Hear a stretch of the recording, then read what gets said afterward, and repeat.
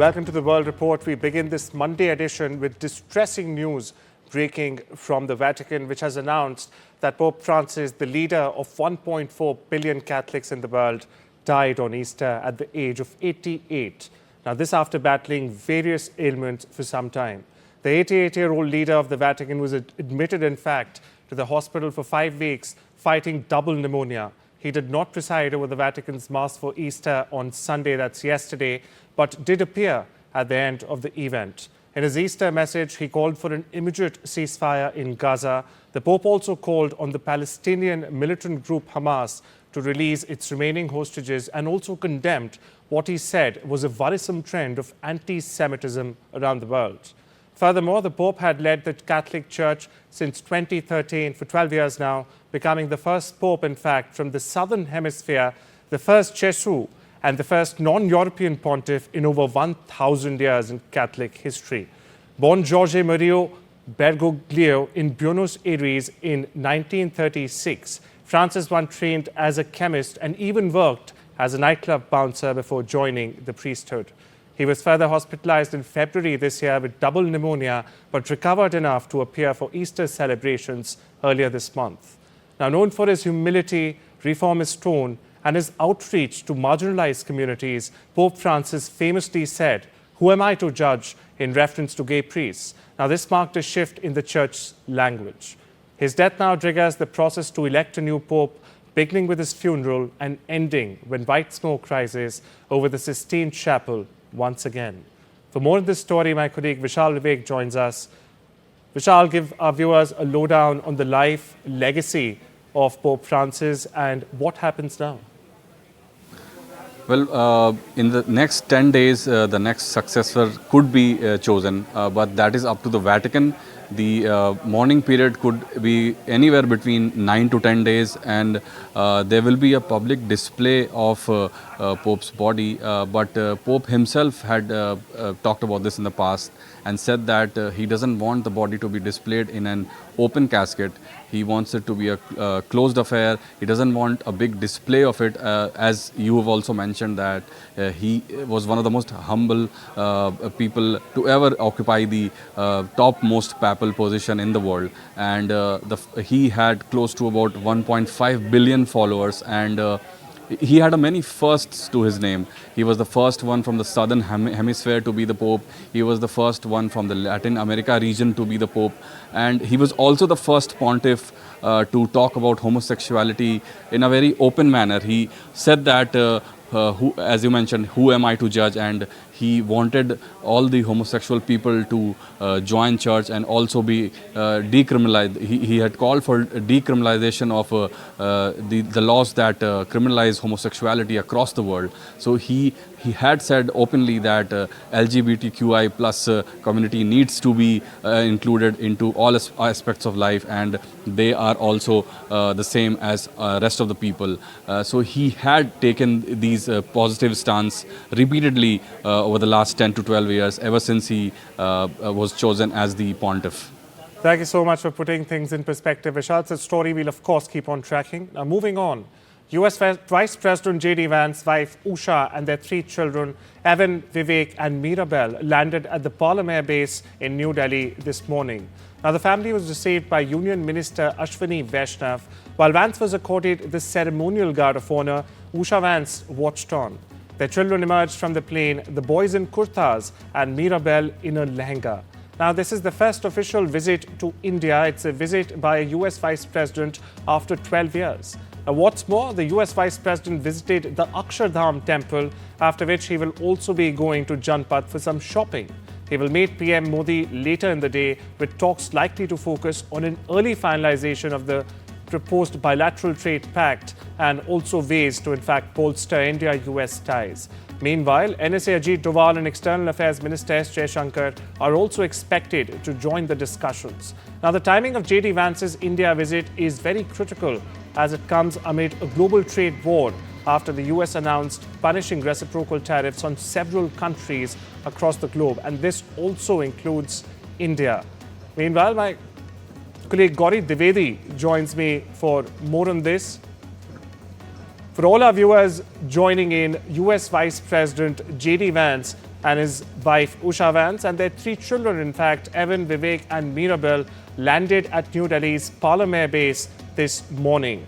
Now, the family was received by Union Minister Ashwini Vaishnav. While Vance was accorded the ceremonial guard of honour, Usha Vance watched on. Their children, meanwhile, emerged from the plane, the boys in kurtas and Mirabel in a traditional Indian lehenga. Now, interestingly, this is not only Vance's family's first visit to India after him becoming the vice president. This is, in fact, his first visit to India, an official visit by the US vice president after 12 long years.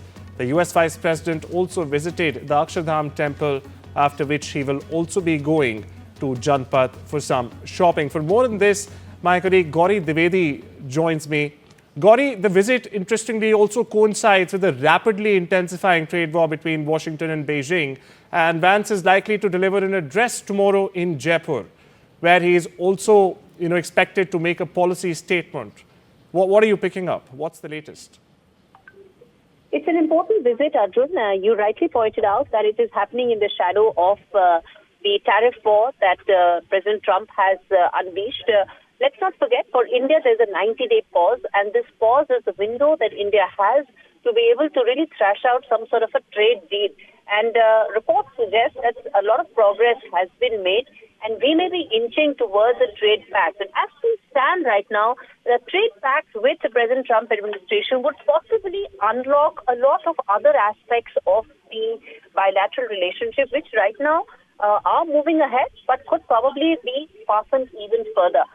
And I think that is the most important aspect. When Vice President Vance, who's of course, for him it's a semi-private visit, where he's also going to be in Jaipur and Agra in the next 2 days. He will be meeting Prime Minister Modi later in the evening, and when he does, he would be speaking and carrying forward the world view of President Trump, whether it is in terms of trade, whether it is in terms of engagement with the other leaders and in this region. So I think those are some of the other important parameters that one needs to keep in mind as one assesses the importance of Vice President Vance's visit. What could be the key highlights of this? I think my assessment, 3 areas could really stand out. India's concerns around immigration, that is likely to find feature in some of these talks. Second could be some progress on trade.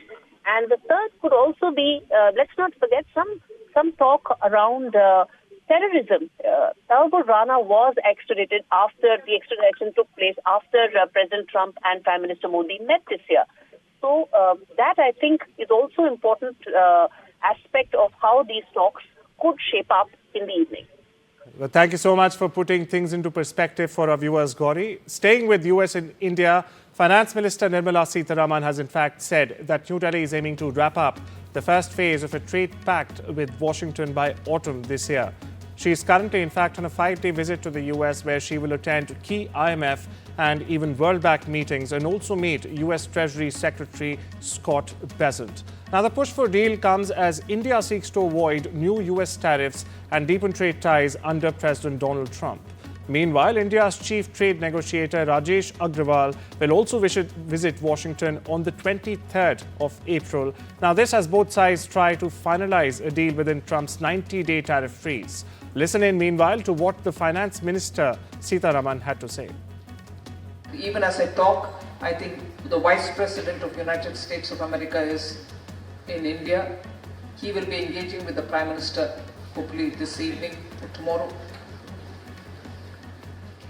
In between all this, the additional USTR had visited India to see the progress or to engage with the negotiating team who's dealing with the tariff-related negotiation and with the bilateral trade agreement that we want to sign.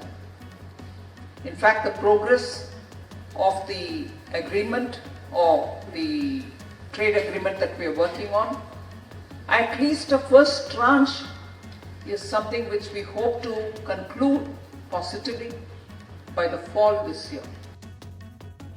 Thousands of protesters rallied Saturday in New York, Washington and other cities around the United States for a second major round, in fact, of demonstrations against Donald Trump and his hardline policies.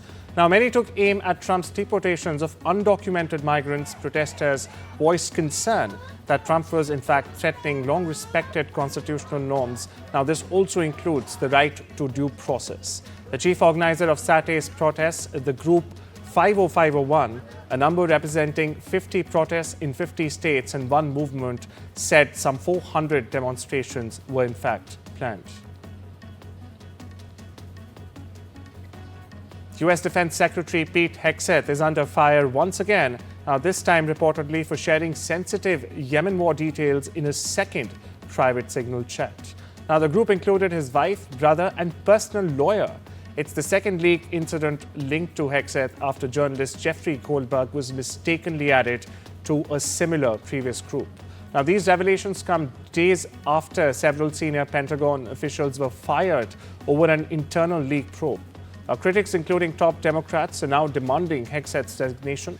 The White House, meanwhile, is backing him, blaming the leaks on so-called disgruntled ex-employees trying to, in fact, derail Donald Trump's defense agenda. Across the border, Canada has seen a record turnout on the first day of advance voting. Nearly 2 million voters showed up on Friday alone. This is according to Elections Canada, marking a 36% jump compared to 2021's early voting numbers.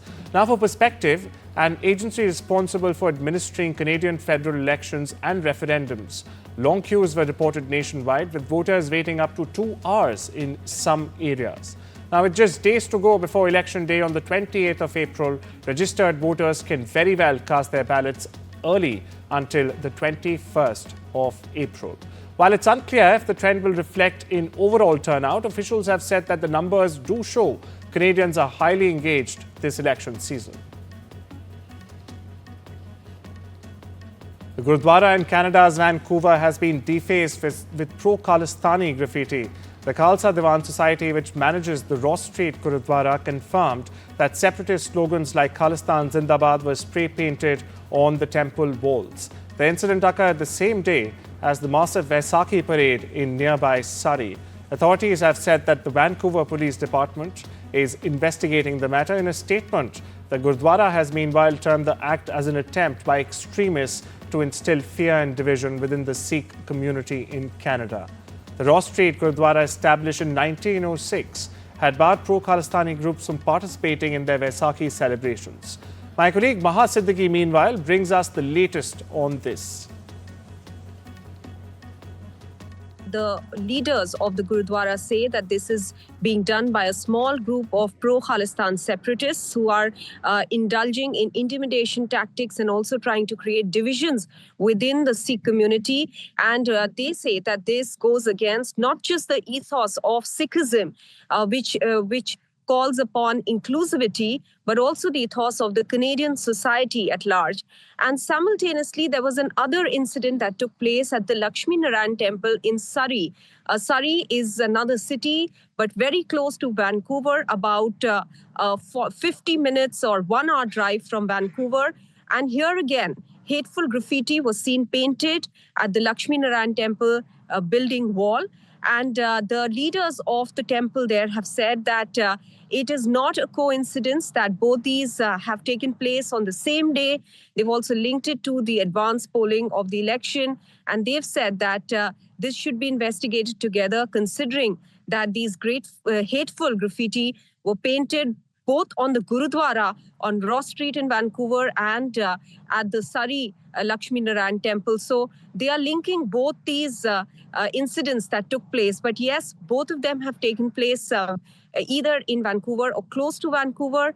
The Vancouver Police Department, which is investigating the graffiti on the Gurudwara, have said so far they have not been able to apprehend any suspect. However, they are investigating the matter. PM Modi is set to visit Saudi Arabia from the 22nd to the 23rd April at the invitation of Crown Prince Mohammed bin Salman. Now, this will be PM Modi's first visit to the kingdom in his third term.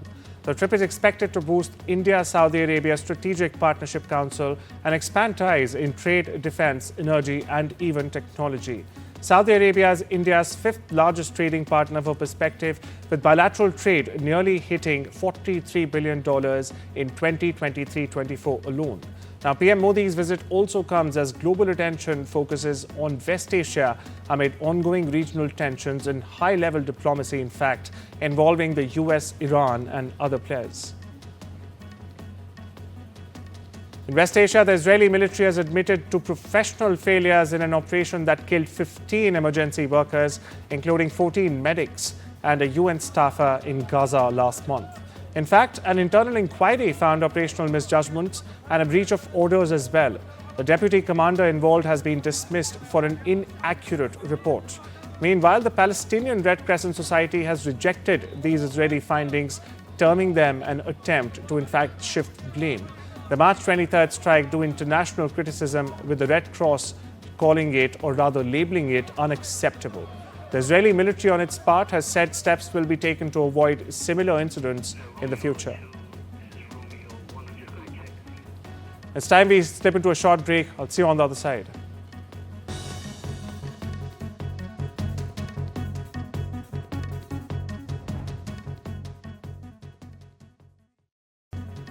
Welcome back. You're watching The World Report. On to some business news now.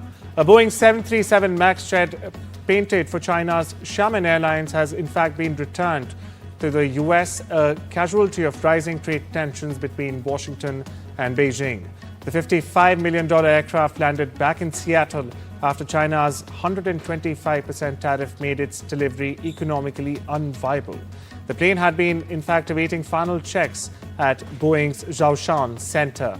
Meanwhile, analysts have said that more deliveries could be delayed or deferred altogether as airlines grapple with steep costs. Now, this follows Donald Trump's decision to raise tariffs on Chinese goods to a staggering 145%, triggering retaliatory duties by Beijing, leaving many international aircraft deals in limbo.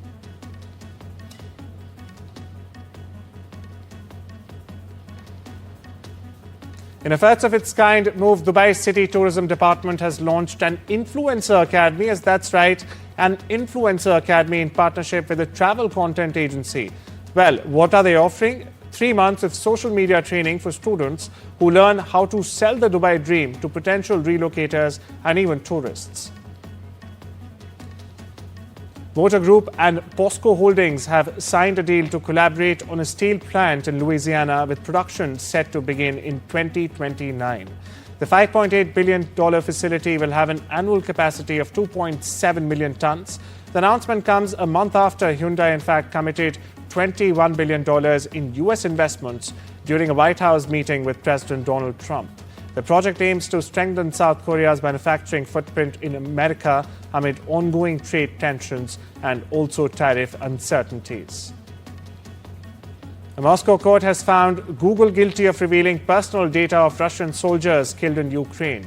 Now, according to Russian state media TASS, a YouTube video allegedly published by Google itself disclosed casualties and sensitive information. The company hasn't responded to the ruling yet.